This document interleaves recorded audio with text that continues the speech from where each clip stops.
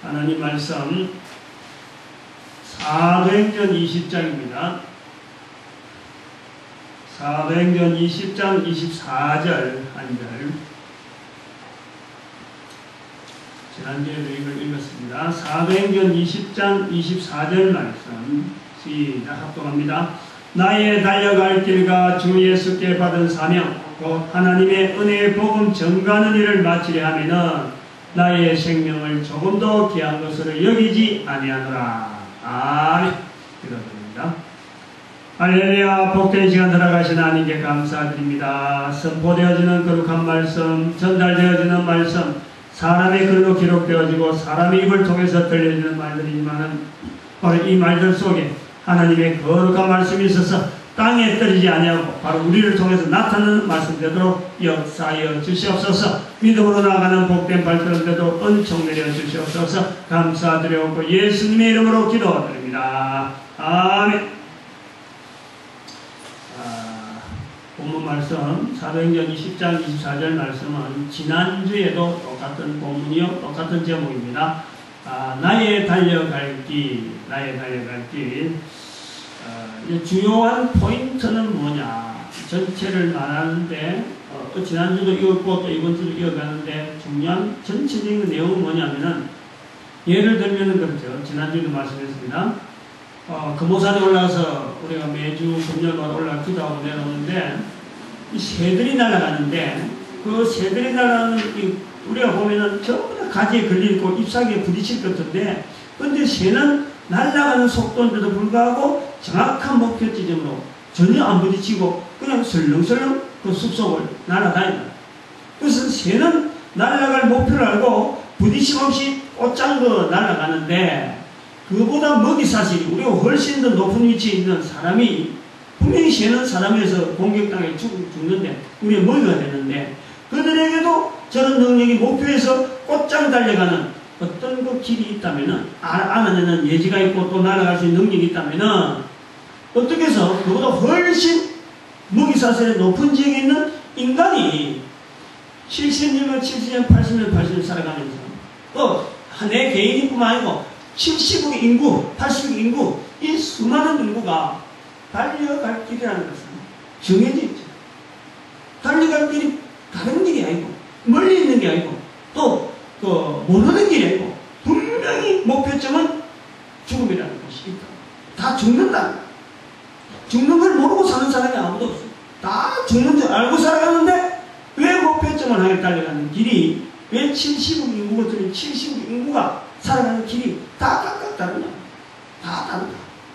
그것을 그래서 하나로 70억의 인구가 갈 수 있는 길을 한 1억, 또 1억에서 1000개, 1000개에서 한 10가지 이렇게 줄여 가다 보면은 사도 바울이 나의 달려갈 길이 하는 그 달려갈 길이나 모든 인류가 달려갈 길이나 그 똑같은 어떤 공통된 표현으로서 나올 수가 있지 않을까 그런 내용으로 70억 인구가 70억대의 길을 통해 제 나름대로 나의 갈 길을 달려가듯이 하나로 그 다른 70억 인구 70억 길이 하나로 만들어가는데 지난주에 5가지의 우리의 그 환경 70억 인구가 동일하게 이런 환경이 다 만나는데 이런 환경을 하나로 만들어 가다 보면은 이제 사도 바울의 달려갈 길이나 70억 인구에 달려갈 길이나 결국은 동일한 길에서 우리가 고백할 수 있지 않느냐 그런 것에서 하나의 일치 사도 바울의 달려갈 길에 나의 달려갈 길과 70억 인구의 달려갈 길에 일치와 하는데 5가지의 환경을 우리가 조정해보자 해서 5가지 제안하면서 2가지는 지난주에 했습니다. 하나는 재물의 관계입니다. 그 다음에 또 2번째는 부모 형제, 자녀를 지난주에 안 했는데 자녀와 또 하나 더 추가해서 해야 될 거고 그 다음에 자신의 가치 그 다음에는 죄 문제 그 다음 5번째 마지막으로는 사명 알기 사명 알기는 어찌 보면 국가가 속해 있는 국가에, 개인이 속해 있는 그 국가에 대한 사명 알기, 개인에는 자신의 가치 알기, 국가적으로 단위적으로 나와 있는 어떤 그 공동체는 사명 알기, 뭐 이렇게 해서 5가지 제목을 하고 있는데, 지난주에 행동하고 조금 이제 비춰서 해보면은, 재물의 정의는 사람이 사는 동안에 만나는 많은 물질들, 여러 물질들, 수많은 우리가 만나 옷을 입고 뭐 여러가지 하는, 여러가지 살아가는 많은 것의 물질, 인격체가 아닌 물질에 대한 대명사로서 이 재물이다. 거기에 대표되는 표현으로서 돈이라 하는 그런 내용에서 돈 관리 부분을 말씀을 드렸고, 그 다음에 두 번째는 그 부모 형제에 대한 내용. 부모 형제에 대한 정의는 사람이 살아가는데 내가 원해서 그런 거 아니고 그냥 주어지는 환경, 인간이 살아가면서 주어지는 환경인데 인격체, 대표해서 부모와 형제, 그것이 중요한 또 기초면서 인격을 형성하는데 아주 중요한 요소가 되어지고, 그것이 기본이 되어서 개인이 살아가는데 어떤 본인의 어떤 기능이나 본인의 어떤 인간됨을 나타내는 주어지는 환경, 중요한 요소다. 부모, 형제, 그랬습니다. 저걸 하면서도 60세 때 가는 제 본인 자체가 나이가 60이 되니까 어느새 이제 이걸 깨달았어. 예화를 들어도 좀 이렇게 개인적인 예화를 들었습니다만, 그래서 좀 객관화된 그런 표현이 조금 부족한 것은 인정을 합니다. 그리고 그 부모 형제 이어서 또 하나의 그 인격적 구성에 좀 영향이 있다. 또 그러고 제가 빠뜨렸다 싶은 것이 바로 이 자녀부, 자녀 문제를 지난주에 빠뜨렸습니다. 자녀를 빠진 이유를 지난주에 설명을 했는데, 이거는 주어지는 환경에서 부모 형제 범위를 넘었다 했는데, 알고 보니까 이것도 포함을 시켜야 되겠다. 자녀들이라는 것도 내가 뭐 이 자녀를 선택하는 것도 아니고, 부모라고 하는 맺어지는 과정 속에서 자녀는 어쩔 수 없이 자기에게도 내가 어떤 선택이 아니고, 이것도 하나의 자녀도 주어지는 환경이 될 수 있다. 그러면서 자녀에 포함해서 내 자신까지 이어야 되겠더라고. 부모, 형제, 자녀, 내 자신. 이게 우리가 하나의 두 번째 주제 개선해야 될 부분에 포함하면서 오늘 그것까지 조금 더 추가를 해가지고 말씀을 드리려고 합니다. 마침 지난주일에 말씀을 전하고 월요일에 서울의 YWAM Youth with a Mission, Youth with a Mission, 그리고 대학생들, 청년들, 젊은이들을 향한 어떤 사역이라 그래가지고 주로 선교하는 쪽으로 비전을 자꾸 제시해가지고 대학교 다닐 때의 선교 현장에 대한 이런 접근을 좀 시켜주는 그런 일들을 하고 있는데, 그거 이제 간사로 봉사하는 아들이 월요일날 내려왔어요. 자신의 신병 문제를 논하기 위해서 내려왔었습니다. 그래서 월요일날 밤에 늦게까지 아들하고 이런저런 이야기를 나누는데, 그리고 화요일날 올라갔어요. 올라갔는데 제 마음에 그 전 주일날에 말씀한 이 부모 형제에 대한 그 부모 딱 짜놨어 얘기하기 때문에, 주일날 말씀하고 월요일 아들 내려서 월요일 저녁에 이야기하고 난 결과가 이게 부모 형제가 아니고 부모 형제 자녀까지 이어야 되는구나. 제가 그렇게 생각을 한 겁니다. 자세를 가졌습니다. 거기에는 자녀에게 부모의 욕심이 있더라. 자녀를 바라보는 부모의 욕심이 있더라. 즉 내 자녀니까 부모가 가지고 있는 하나님 앞에 받은 축복, 또 부모가 혹시 하나님 앞에 받은 형벌, 이런까지 자녀에게도 연속해서 생각하려고 하는 그런 생각이 있는 거예요. 내가 하나님 앞에 이런 자녀, 이런 축복을 받고 이런 길을 가니까 내 자녀는 당연히 이런 길을 갈 수밖에 없겠다 하는 그런 어떤 연장선상에서 부모가 자녀를 생각하더라면 그거를 고리를 끊어야 되겠다. 그러지. 물론 그 축복의 환경 속에서 부모들이 자녀를 하면서 그런 축복도 덩달아 받으면 좋겠다는 것은 비는 마음은 그럼 어쩔 수 없지만은 내 자녀니까 당연히 이런 축복을 같이 계속해서 받아야 된다. 이렇게 어떤 고리를 완전히 자기의 그 축복에 하고 이 부모와 자녀 관계를 딱 고리를 연결하는 것 자체는 그 고리라도 아주 고정된 고리를 하고 꼼짝없이 묶어내는 것은 이건 옳은 부분이 아니다. 그렇게 봅니다. 그것이 어쩌면 개인의 개인적인 욕심일 수가 있다. 개인적인 욕심이다라는 겁니다. 자녀는 부모가 바라는 시점 또 그 기준에서보다는 훨씬 인간 개개인을 이 땅에 보내신 자녀도 분명히 하나님께서 이 땅에 보내신 부모를 통해서 이 땅에 보내고 또다시 부모가 되어지는 과정에 있는 어떤 분명한 개개인의 개체적인 인격이 중요한 하나님 앞에서의 구별된 하나의 하나님이 지으신 받은 인간이라고 볼 때는 부모가 그것을 개입해가지고 내 걸어가는 걸음을 자녀의 걸음하고 동일시하는 것은 이 잘못됐다. 그러면 분명히 하나님은 그 시간 10대 되면 때가 되면은 자녀에게도 그를 이 땅에 보내신 하나님의 뜻이 그로 말미암아 나타날 수 있는 분명한 신앙 고백과 더불어서 하나님께 쓰시는 그 분명한 길이 있고 축복이 있고 또 다른 사역이 준비되어 있을 것이다. 이제 그런 부분에서 제가 깨달은 자녀를 통해서 깨달았어요.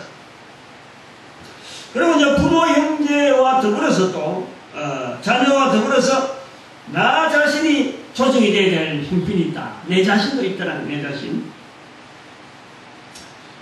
사도 바울의 구호처럼 모든 입으로 나의 달려갈 길을 모든 전 세계 70억의 인구의 입으로 사도 바울이 이처럼 나의 달려갈 길을 만드는 그 선상. 다시 말하면 사도 바울이 빌립보서 2장 9절과 11절에 있는 말씀대로 모든 이름 위에 예수 이름을 높이 두고 모든 입으로 예수 그리스도를 주라 부르는 예수를 주라 부르는 그리스도를 부르는 그 시점. 그리고 모든 무릎으로 예수 그리스도 앞에 무릎 꿇게 만들고자 하는 그 나의 달려갈 길, 사도 바울에 주어진 그 달려갈 길에 이렇게 되어지는 데는 나 자신 그런 일을 하는 일 자체가 어떤 개인적인 길이 개인적인 자세 어떤 그 주체가 되어짐에도 불구하고 그 개인적인 주체조차도 이게 던져버려야 되고 이게 바꿔야 되고 주체 자체를 바꿔야 되고 그거를 인정하는 거예요. 내가 그 일에 종사하고 내가 그 일에 쓰임받고 내가 그 일에 분명히 나를 통해서 이 일이 되어질 것이다 하는 그 통로로서의 주체가 내가 됨에도 불구하고 내 자신이 아니다. 내 자신이 아닐 수가 있다 하는 그 어떤 자기에 대한 어떤 통제, 자기 자신에 대한 그 일과의 분리시키려고 하는 그 통제된 어떤 그 환경이 자기에게 필요하더라 하는 겁니다. 나의 달려갈 길이 성령님의 인도에 충실한 내가 아닐 수가 있다. 나의 확신 또 나의 욕심에 끌린 나라고 하는 존재가 분명히 내재가 되어 있는 거죠. 어떤 일이든지 간에 사람이 하는 일에는 바로 이것이 항상 내재되어 있어요.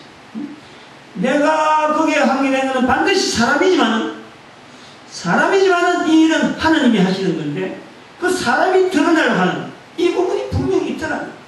이 부분을 끊임없이 뭐 어디 놀이터에서 두더지 막 나와서 삑삑 날 때 대가리 톡톡 치듯이 때려가지고 집어넣어야 돼.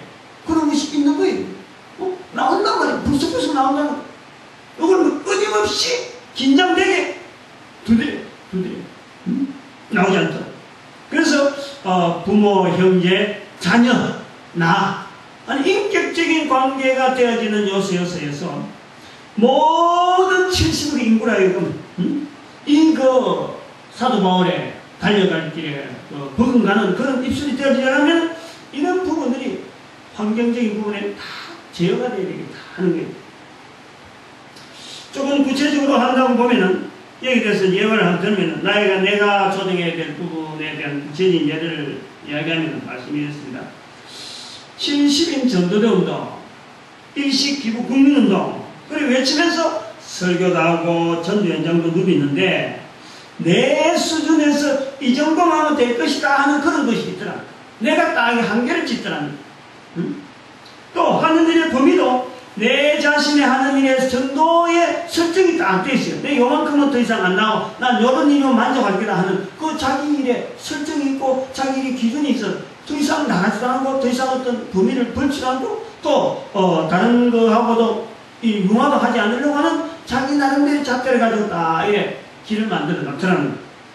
그런데 알고 보니까 우리에게는 하나님이 쓰시고 하던 이 우리 입으로 말하는 구호보다도 하나님은 그런 구호를 내뱉게 함으로써 더 어마어마하게 더 넓게 더 큰 영향이 그 벌써 선포되어질 때 하나님은 그것에 잠재 존재를 하고 있는 거예요. 그런데 하나님은 그것을 인간이 알아들을 만한 수준까지만 차츰차츰 열어놓으시지 한꺼번에 확 열어놓지 않더라는 거예요.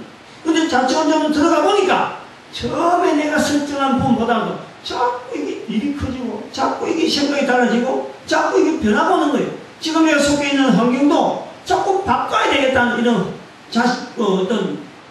내 자신에 대한 이 환경에 대한 변화를 생각하는 거예요. 어떻게 제가 참 처음에 일할 때 전국에 70인 전도대 운동이나 일식 기본동을 하다 갈 때 생각지도 않는 지금 일을 하는 거예요. 지금은 70인 전도운동 한다고 구원회 들고 일식 기본동 한다고 할 때만 해도 지금 주보에다가 나오십니다만 4층, 5층을 하나님께서 우리에게 주실 때는 이 귀한 공간을 하나님께서 다 참 전도대를 통해서 다 채우는 그런 생각인 거예요. 근데 지금은 그게 아니라 불과 한 4, 5일 만에 바뀌는 거예요. 아, 이게 아닐 수가 있다. 바뀌었단 말이에요.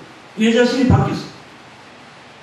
지난 금요일 날인가, 지난 언젠가 이후로, 지난 한 며칠 안 돼서 3, 4일.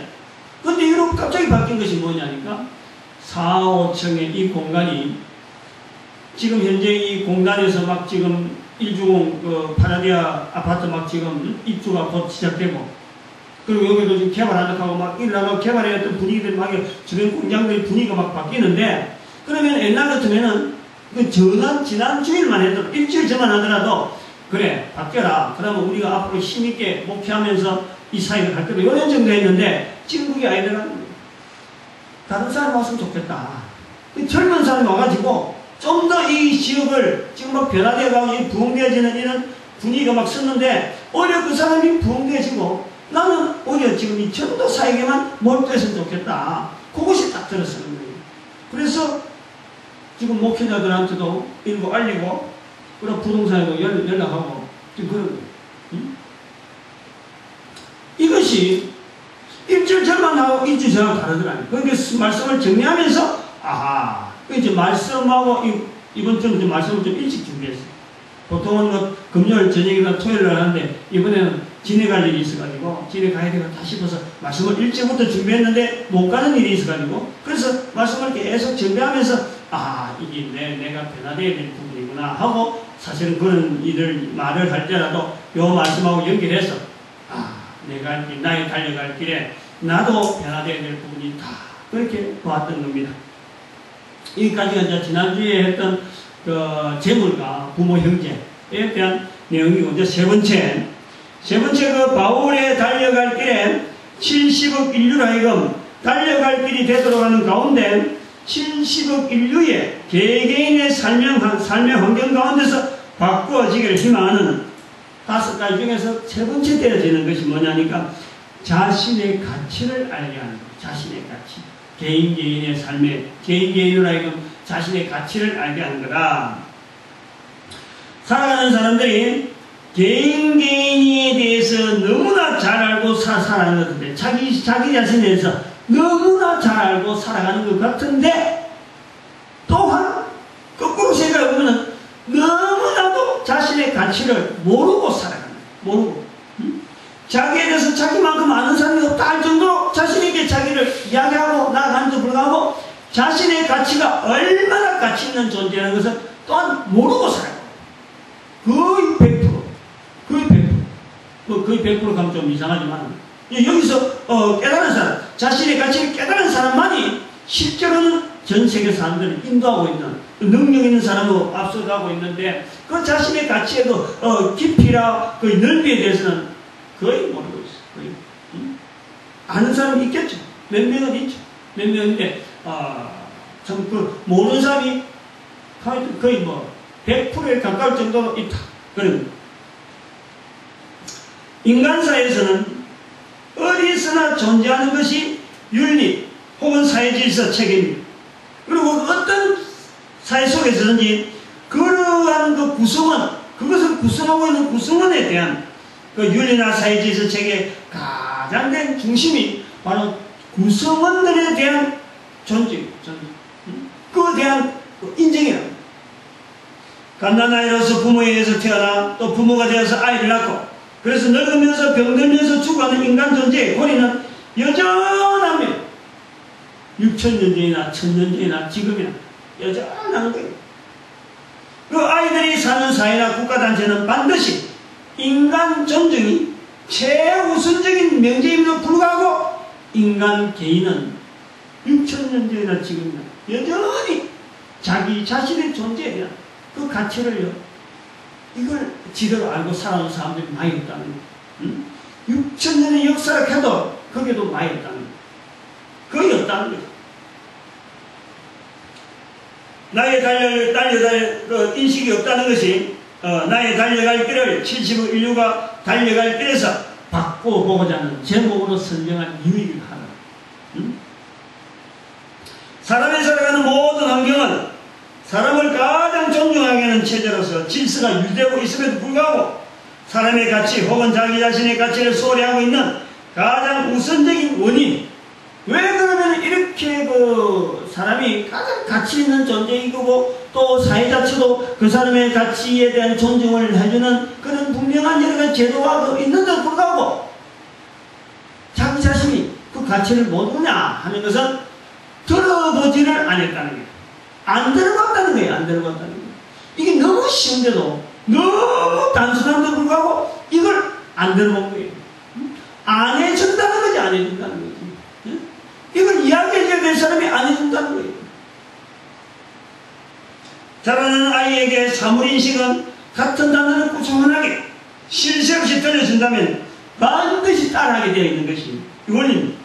근데 이런 원리는 있다 없다 할 소용도 필요 없고 이런 원리에서 애한테 뭐 말을 많이 이걸 알았다 그래서만 하는 것도 아니고 그냥 자연히 부모가 애를 낳으면 부모 애를 키우면서 꾸준하게 같은 단어를 계속 반복해서 애를 말을 가르치는 거예요. 뭐 원리가 있다 없다 이런 거 관계없어. 그냥 본능에서 나오는 거예요. 애들에게 계속해서 가르치는 거예요.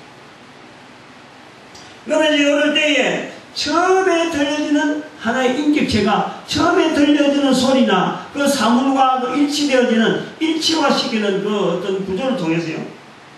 어릴 때 만들어지는 단어는 잊어버릴 수가 없어요.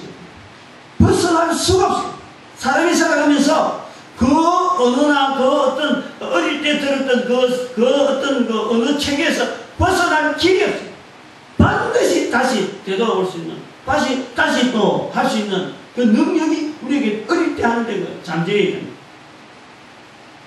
바로 이 어릴 때 익힌 단어들, 어릴 때 익힌 사물들에 대한 인식, 그에 대한 내가 반응했던 그것이요. 평생 살아가면서 그 사람의 인격과 더불어서 하나의 그 사람을 나타내는 개인의 어떤 자기 정체성을 드러내는 그들에게 영향을 미치는 분명히 드러나는 거예요. 그것이 한 사람의 삶을 다른 사람하고 구별하는 하나의 분별의 기준이 되기도 하죠.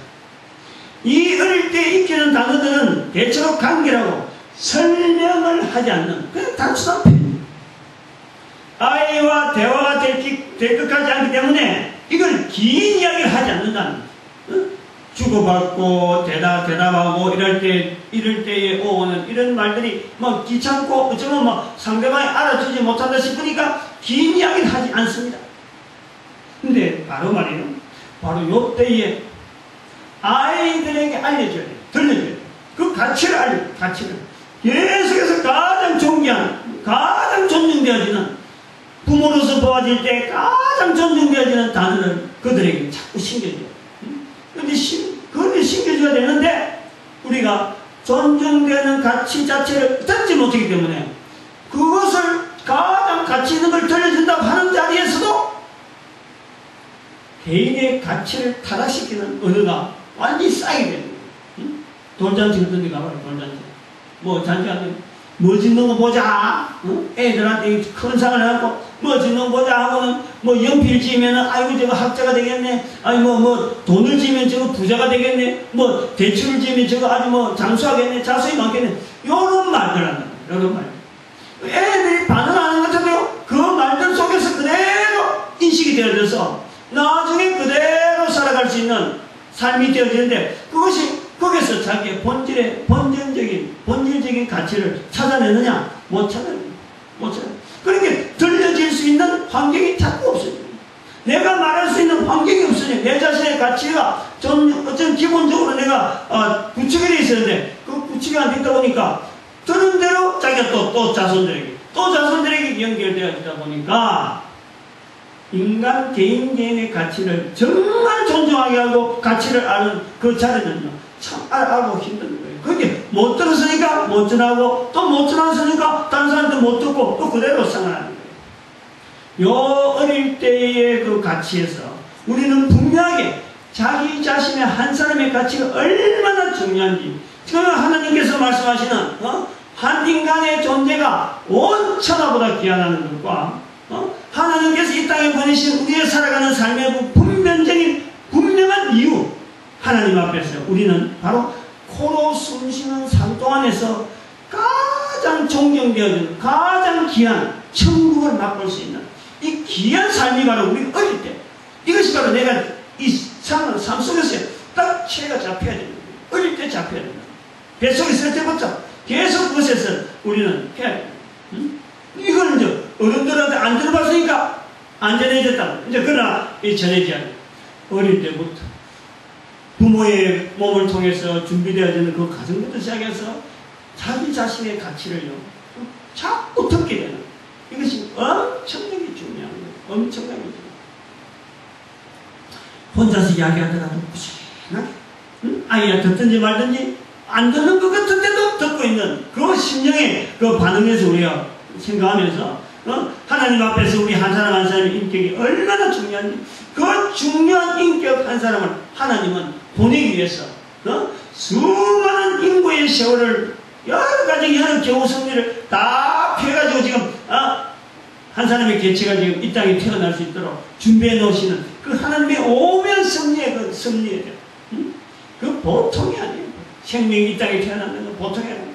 그 귀하고 귀한 생명이 우연히 웃자다가 실수로 절대 그럴 수 없어요. 절대 그럴 수 없어요. 왜냐하면 하나님은 우리 한 사람 한 사람 너무 오묘하게 너무 귀하게 그렇게 만드신 하나님을 인정하면서 그 하나님의 그 섭리 우리가 이 땅에 만들어지면서 분명한 이유가 또 태어났는데 그 이유에 대해서 죄 용서받는 인간으로서 영원한 천국을 맛볼 수 있는 이런 기회로서 주어진 이 짧은 인생이지만은 영원성을 두고 있는 이 어마어마한 기회가 살아있다고 하는 이 우리의 하나의 가치야말의 가치. 그보다도 그것도 더한 가치는 그런 사람들을 그런 환경에 있는 모르던 사람들을 살아있는 동안에 인도할 수 있는 그것이 얼마나 복된 환경인지 몰라요. 모르고 있는 사람들 다 알아서 태어난 것도 아니고 모르고 있는데 그 사람들 한 사람 한 사람 참으로 복된 길 인도하고 그런 자녀들에게 복을 선포할 수 있는 인간 존재의 가치를 선포할 수 있는 그런 부모로 만들어갈 수 있는 그런 자리에 들어간다는 건요 이거는 어마어마한 거예요. 그들에게 하나님은 또 상 주시는 자니까 상까지 받도록 우리가 축복한다는 거예요. 이거 대단한 거예요. 여기서 우리가 인간 가치 내 자신의 가치를 우리는 참 없는 게 아니고 있는데 안 들었다. 이제 그걸 자꾸 이야기를 해주자. 듣게 하자라는 겁니다. 요거서 연결해서 예화를 하나 들면은 TV 프로에서 위기부부 재결합 프로그램이 있더라고요.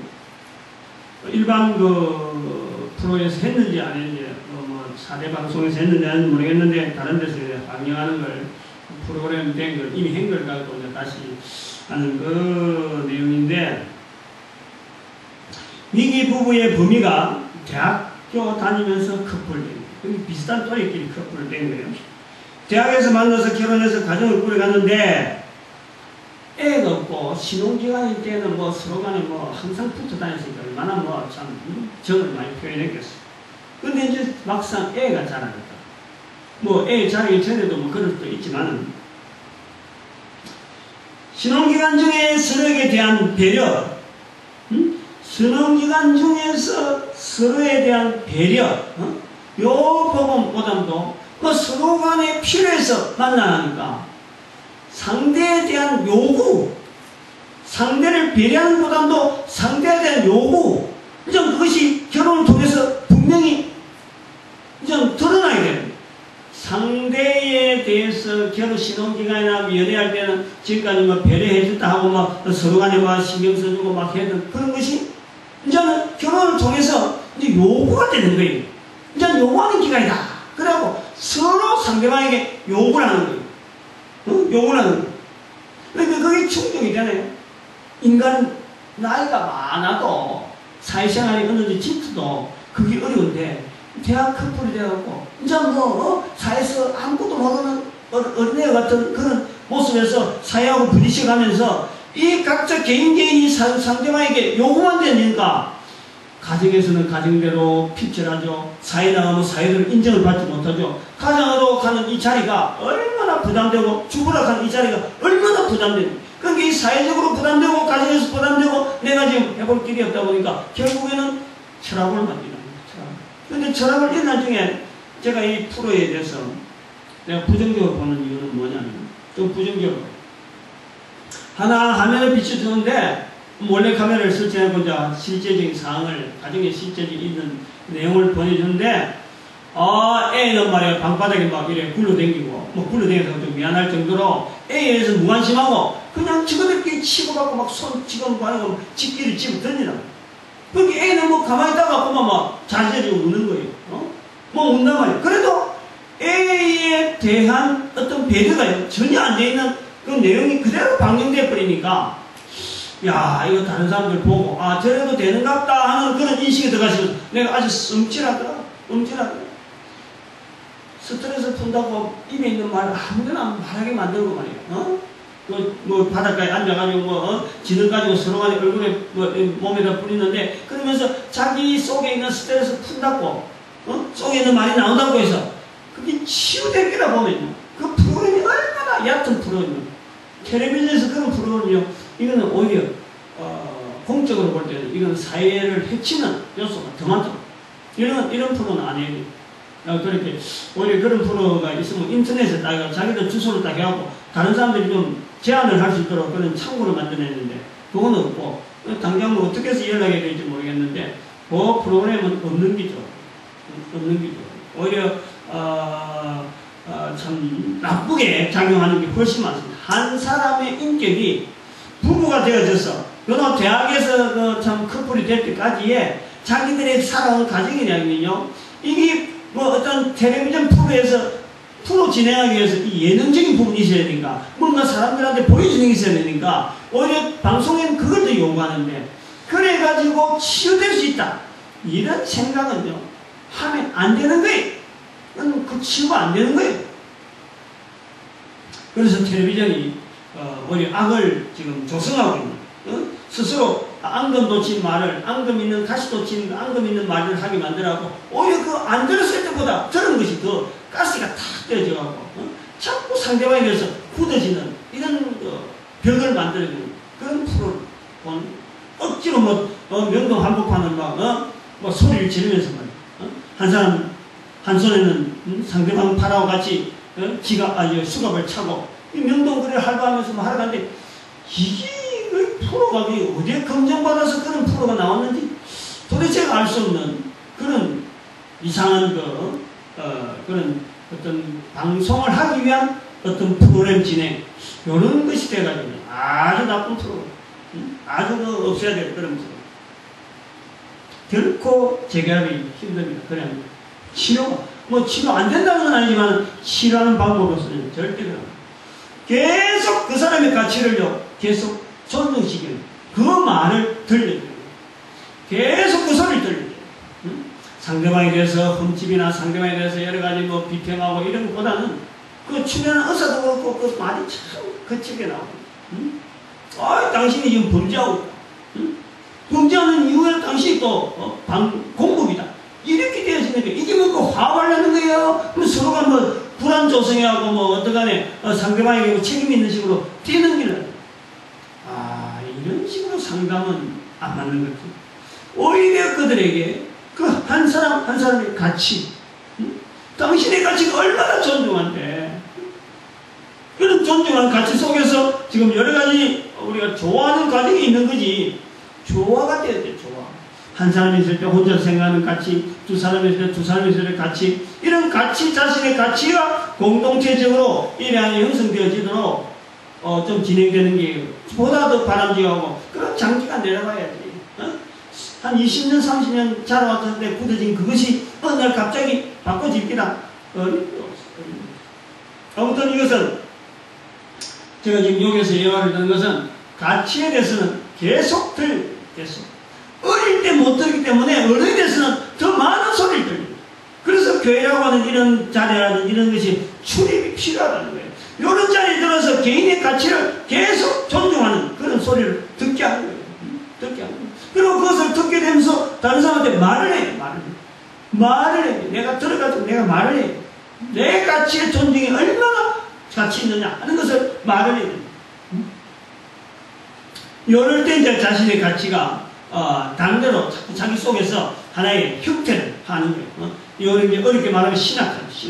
나름대로 자리를 딱 잡는 거예요. 그래서 어떤 사람들이 나를 공격하더라도 내가 가지고 있는 가치 안에서의 그 사람의 공격에 대한 내용을 포용하는 거예요. 저 사람은 저런 가치가 있어서 나에 대해서 이런 지적이 나오는구나. 그럼 그 사람이 쓰임받는 가치가 있고, 난 내대로 쓰임받는 가치하고, 맞으면은 그 자체가 완전히 이질적이라 하면은 그 사람의 가치를 인정하면서 나는 내 갈 길을 가야 되는구나 하고 자기 길을 나가는 거예요.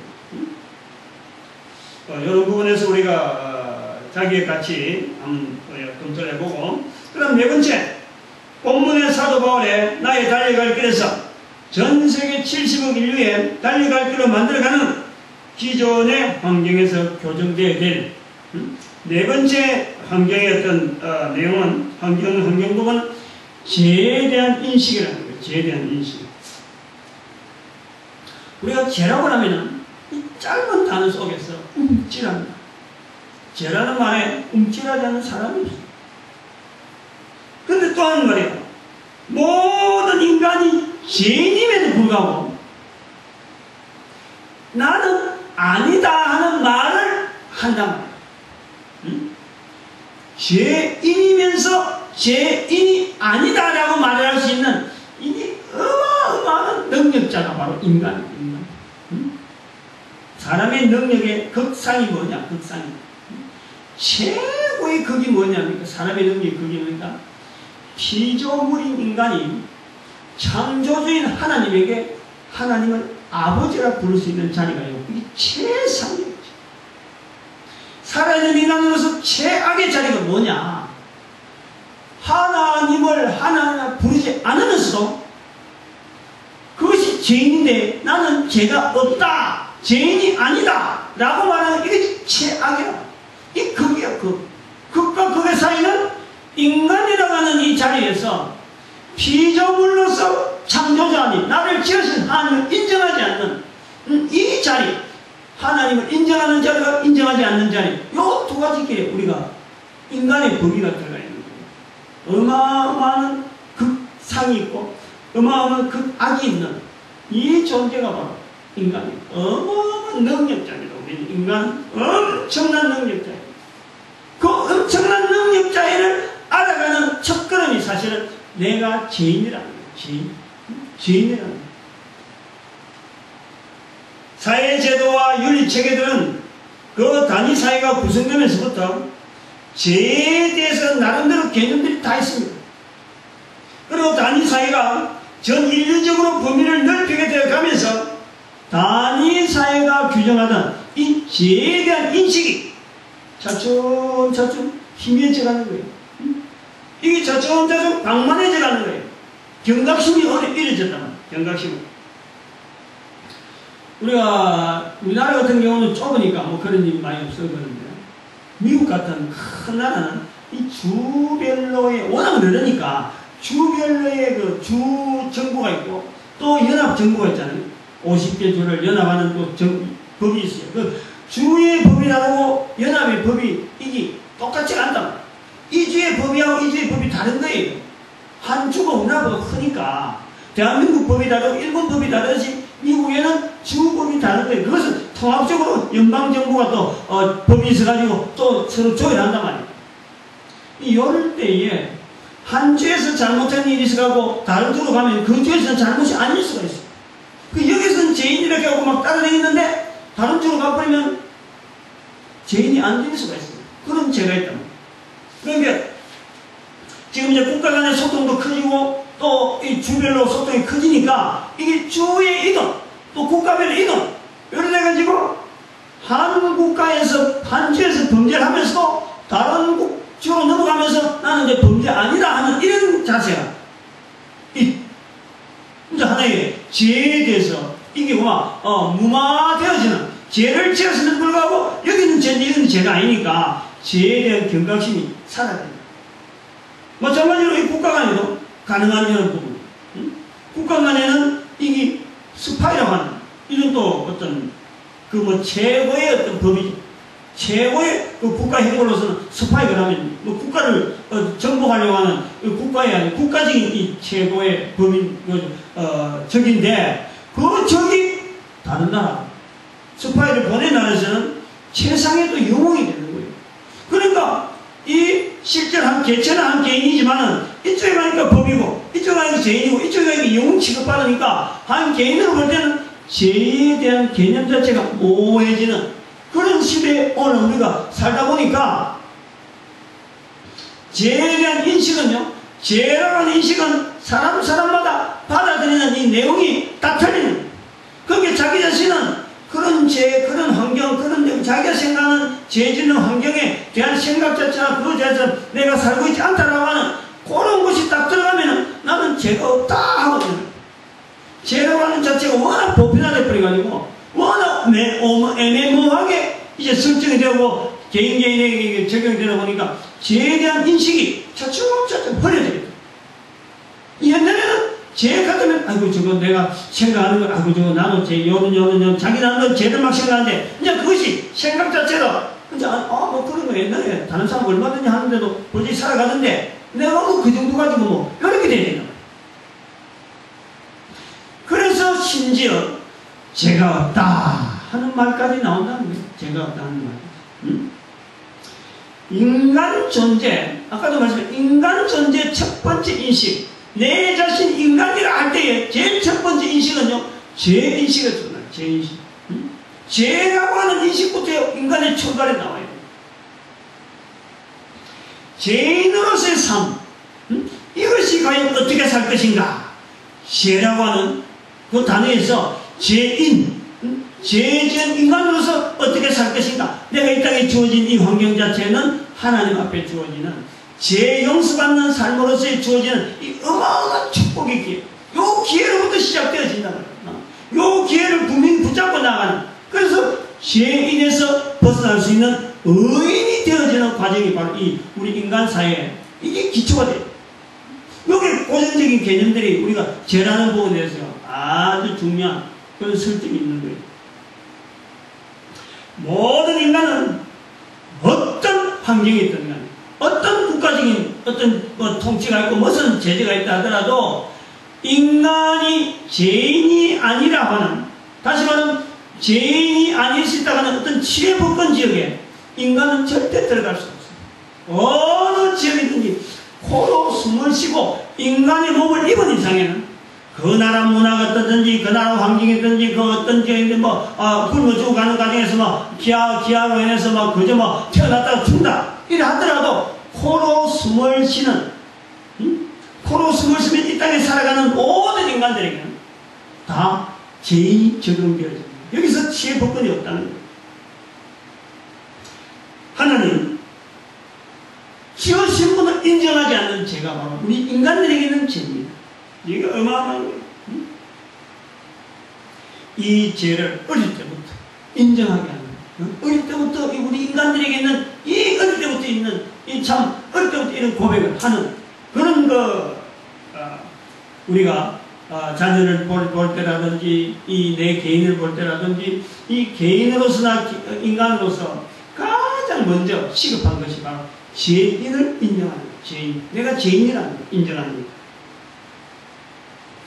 입으로 말을 해야 됩니다.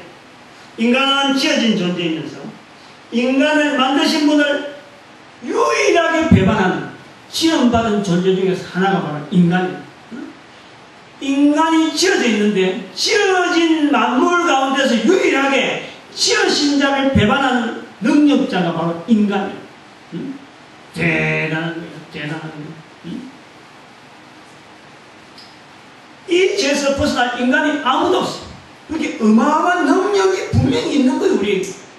그 능력이 바로 이 죄 때문에 우리는 감춰져 있고 죄 때문에 인간의 능력이 제대로 발휘가 못하고 있는 그 과정을 우리는 살아있는 동안에 자꾸 깨달아가면서 내 능력에 대한 이 극한을 자꾸 찾아나가는 거예요.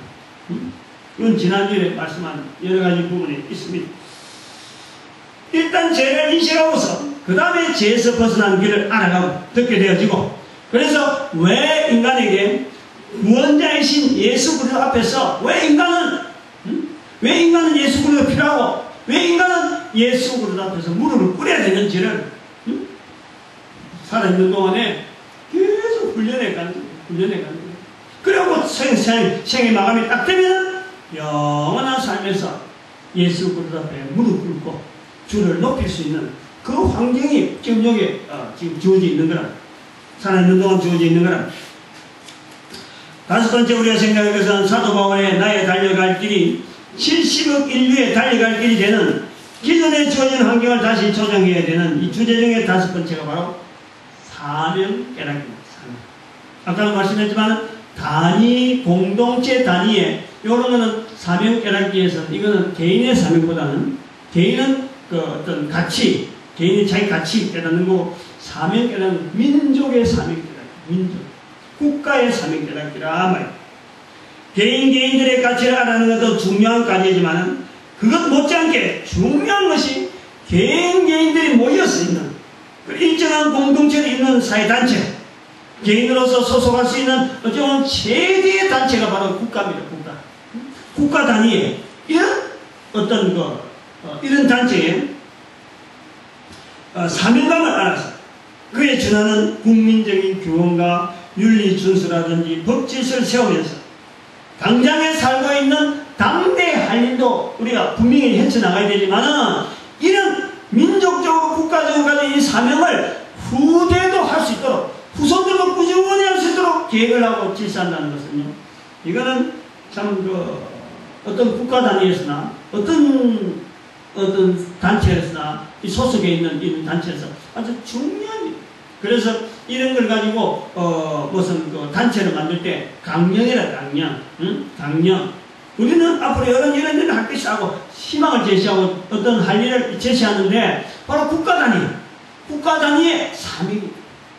우리 민족 단위의 사명이다 하는 이런 것을 우리는 사명하기라 하는 그런 부분을 우리가 가고 항상 개인이 속해 있는 어떤 단체를 가든지 그 단체 속에서 이 단체를 통해서 무엇을 할 것인가 하는 것을 먼저 알고 거기에다가 자기를 투신하고 자기가 거기에서 할 일을 찾아나가는 것이 바람직하겠죠. 아무튼 여기 오늘 본문에는 제가 말씀하신 바울의 나의 달려갈 길 앞에서는 개인의 어떤 존재감에서 단체의 사명감을 깨달아가는 그거라도 지금 제가 방향을 잡고 말씀을 하고 있는 겁니다. 한 민족이나 한 국가 단위의 공동체가 어느 일정한 위치에서 존속에 있다. 지금 현재 이 국가에 대한민국이 있다 라고 할 때 일본이 있다, 미국이 있다. 그래서 지금 현재 위치란 이것을 존속하고 있다는 것은 그러면은요 반드시 그걸 따라오는 것입니다. 그것이 문화랍니다. 공동체가 존재한다. 어느 기관에서부터 어느 기간 동안 지금 계속 연속되어지는 어떤 존재가 되어져 있다는 것은 거기에는요 문화가 있습니다. 문화. 이 문화라는 틀이 있다는 증거인데 문화는 반드시 주변에 영향을 미치게 되어 있어요.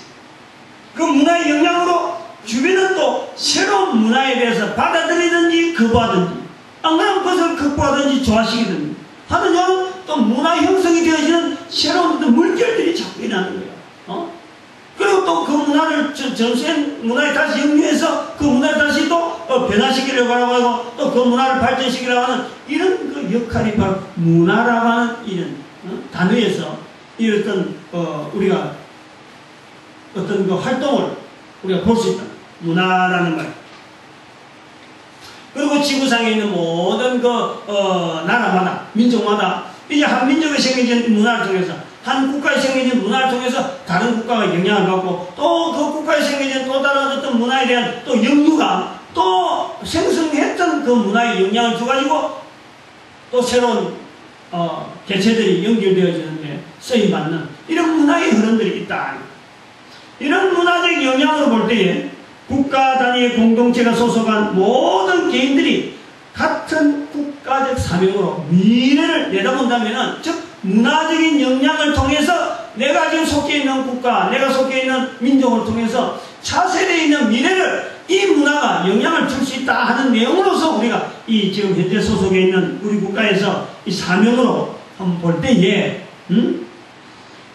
우리는 미래를 내다보면서 어떤 힘을 형성할 수 있는 이 국가의 힘이라고 하는 이런 거 우리가 내가 지금 현재 살아가고 있는 이 시대에 조성할 수 있다 하는 것은 희망을 가지게 되는 거예요. 그리고 그런 공동체, 미래에 대해서 문화의 힘으로서 우리 국가적인 대응을 하자 하고 나가는 공동체는요, 당연히 힘이 있을 수밖에 없어요. 지금의 뭐 미국하고 우리나라하고 뭐 어떤 경제하고 당장에 우리가 약하다 할지라도 민족 단위에, 국가 단위에 뭔가 대응하는 대응 체제를 가지고 나간다면요, 반드시 그거는요, 미국이 우리보다 훨씬 뒤떨어진, 우리는 민족 자체가 전 세계에서 가장 우월한 그런 민족으로 조그만하지만은 할 수 있어요. 그것이 바로 우리가 국가 단위의 민족 개인의 구성원들이 여기에 대한 국가 단위의 사명을 알고 거기에 대해서 집념하고 거기에 대해서 미래에 대한 여러 가지 일들을 구입 계획할 때는 가능하다. 가능한 거예요. 이와 같은 견지에서 우리 대한민족이 국가적인 사명을 내걸 수 있는 구호라든지 우리 민족 단위의 비전이 있을 수 있는가? 그냥 우리는 경제 가면서 지금 다른 나라도 부르짖으나 우리가 부르짖는 똑같은 그런 선상에서 그들에게 말에 동참하면서 그만 따라갈 것이냐? 아마 우리 나름대로 국가적인 특별한 구호를 내세워서 차별화되면서 우리 민족이 내세울 수 있는 그런 구호가 있을까? 다음 세대로 연결하고 또 다음 세대 연결할 수 있는 이런 구호가 있을까? 하고 할 때 우리에게는 있다라고 말할 수 있어. 그것은 바로 홍익인간. 구미도 언젠가 보니까 홍익 상점인가 이런 말을 쓰는 그런 가게를 봤습니다. 내가 차 타고 쭉 지나가면서 보는데, 그러고 홍익이라는 말을 쓰면요, 사람들이 알았더니, 지금 우리 민족에 이 움트라는 게 있어요. 그러니까 지금 여기 저거 내가 들어봤는데 저거 반가운 소리인데 이렇게 하는 이 반응이 있습니다. 70인 전도도 운동에는 바로 70인 전도도 운동을 하는 이 전 세계를 내다보는 하는 운동을 볼 때 70인 전도도 운동인데, 이게 이제 민족 단위로 볼 때는 일식기부 국민운동이에요. 일식기부 국민운동을 부리러 하는 그것은 바로 이 홍익인간이라는 여기에서 연결되어 있는 거예요.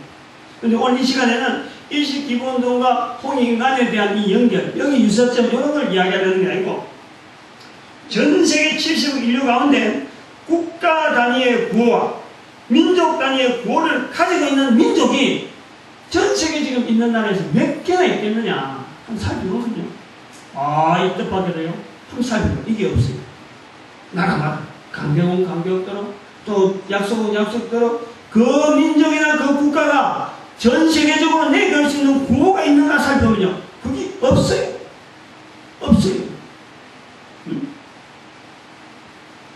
그리고 그 구호 중에서 있다고 하더라도 나치는 있어. 히틀러, 나치 있었죠. 그리고 일본도 옛날에 있었죠. 근데 그 국가의 구호 중에서도 다른 나라에게 이익이 되도록 구호를 내거는 그런 민족이 있는가? 없어요. 홍익이란 말은 대단히 좋은 거예요. 넓은 홍. 그 다음에 이익. 넓게 이익을 주는, 유익하게 하겠다. 유익하게. 홍익인간. 인간을 이롭게, 넓게 이롭게 하겠다. 이거는요, 전 세계 어느 민족에도 없는 우리 민족이 유일한, 또 그러고 이것은 2조 500년, 안 그러면 히틀러 나치 한 3, 40년, 1, 20년, 요럴 때 세워지는 단기간이 아니에요. 이 민족이 이 땅에 있는 동안에 반도에서는 처음부터 끝까지 계속해서 흘러가는 민족 단위의 구호입니다. 5천년이 넘게 흘러가고 있는 거예요. 이런 역사를 가지고 있는 나라가 없어요. 없어요. 이스라엘이 있다고 하면은, 이스라엘은 가능할지 모르죠.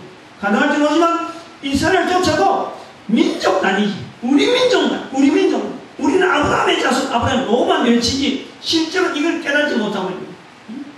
가능은 한데, 그러나 이스라엘조차도 우리 민족에 버금갈 만한 이 사역 앞에서는 아마 깃발을 내면 힘 뺏기더래요.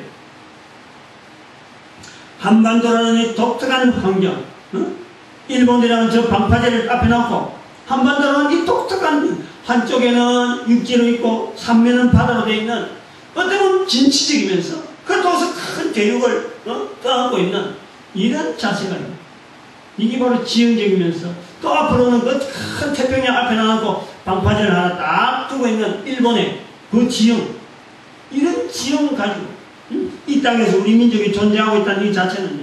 그리고 그 속에서 지금 홍익인간이라 하는 이런 그 어떤 꿈을 민족적으로 우리가 품고 있는, 아직 터뜨리지 못하고 이게 일치되지 못하고 지금 시대적으로 나타내지 못해서 이제부터 나타내기 시작하는 일식 기부운동을 통해서 나타내면은 반드시 이 민족은 어마어마한 모든 민족이 바라는, 전 세계 모든 국가들이 바라는 어떤 국가체제와 어떤 다른 사람들에게 유익을 줄 수 있는 분명한 열매를 우리는 기대할 수 있는 거예요. 나이 60이 되니까 정리를 해야 됩니다. 나이 60이 되니까 사도 바울의 본문의 표현, 나에 달려갈지 하는 이 표현이요, 얼마나 강력하게 와닿는지 몰라요. 강력하게. 그런 느낌이 너무 강해서 그 나이 60과 더불어서 나에 달려갈지 한 요 부분에 제가 정리를 참 많이 합니다. 지난주하고 생각지도 못했던 이번 주하고 또 달라진 이런 어떤 갈라지는 것도 나이 60이 되니까 그렇게 되는 거예요. 나이 60이 되니까. 어떻게 보면 코로 숨을 쉬면서 지나온 것이 60년인데 60년 전에 내가 앞으로 60년 동안에 코로 숨을 쉬면서 계속 유지될 것이다, 이런 생각을 안 해보고 왔다. 그래 뭐 지나오다 보니까 코로 숨을 쉬고 60년이 된 거예요. 그래서 지나오는 동안에 참 깜깜할 때가 많았죠. 참 내일이 참 있을는지 모르는지 모를 정도의 깜깜한 세월이 많이 왔어요. 그런데 지금 60년 지나왔다. 근데 앞으로는 분명히 60년보다 짧은 거예요. 그렇게 더 정갈스럽고, 더 탄탄하고, 더 진리에 이르는 삶이 되어지기를, 그리고 또 천국에서 상 주시는 그 하나님의 상 주시려고 기다리시는 그 하나님의 은혜를 또 누리기 위해서 나머지 있는 세월이 얼마나 될지 모르지만 참 하나님의 이름과 명예가 있는 그 상 받는 자리까지 가는 데에 걸어가겠다, 기가겠다, 뭐 설설 놀면서 가겠다, 이 표현보다는 달려갈지 맞아, 달려갈. 그래서 사도행전 20장 24절에 있는 나의 달려갈기라는 것이 사도 바울이 3번 동안의 전도여행을 마치고 참 마지막 거의 노년에 고백한 자기 전도의 마지막을 두면서 나의 달려갈기 하는 그 표현이 맞다. 그건 오늘날 나에게도 맞다. 나도 그래야 되겠다. 달려갈기. 그런 삶에 대한 기대가 앞으로 60년을 보내온 것은 어느 정도 어렴풋이 기억나지만 앞으로 다가올 어떤 그 세월 속에서 또 영원한 시간 속에서 영원이라고 하는 그 장소 앞에서의 그 기대라는 것은 60년에 비교하겠어요? 지난 60년과 비교하겠느냐? 앞으로 있는 세월들은 정말 벅차다, 벅차. 참 벅차. 나이 60이라고요. 잠자리에 눈 감고 일이 없어서 그런 거 아니고 근심 걱정이 없어서 그런 건 아닌데 그냥 야 편하다 그런 입이 말이에요 저절로 열리는 거예요. 편하다. 왜냐합니까? 세월이 지난 세월에 걱정할 필요가 있나요? 앞으로 다가올 것에 대한 걱정할 필요 내가 걱정할 일은 실제로 없어요. 단지 나 걱정할 일은 달려가야 되는데 달려가지 않는 내 자신의 두려움 내 자신에 대한 어떤 내 자신의 얽매인다든지 실제로 달려가야 될 자리에서 달려가지 않고 내가 엉뚱한 짓을 하고 있지 않을까 하는 그런 부분에 대해서 조금 내가 조심이 돼서 두려움도 있지만 하나님께서 궁극적으로 60년 동안 나를 인도했었는데 나머지 인생에서 어떻게 나를 인도해 주실지에 대한 그 기대는 오히려 부풀어있지 걱정거리 그렇게 달려가는 거예요. 우리 모두 달려가기를 바랍니다. 내뿐만 아니라 우리 대한민국 5천만 인구 그리고 2,500만 북한 인구 만주당 2,500만 또 일본까지 다 합쳐서 지금 일본이 1억이라고 하지만 일본까지 다 합쳐서 한 2억이 70억 인구를 향해서 달려가는 그날이 얼마 안 남았어. 일본이 들어오면 아마 전 세계가 80억이 되는지 모르겠어. 그렇게 되면 일본까지 쳐서 2억이 전 세계 80억 인구를 향해서 나아가는 그런 우리 민족의 이 비전 반드시 이룰 날 올 것을 믿고 오늘을 준비하는 저와 여러분 되시기를 간절히 바랍니다. 기도드립니다. 할렐루야.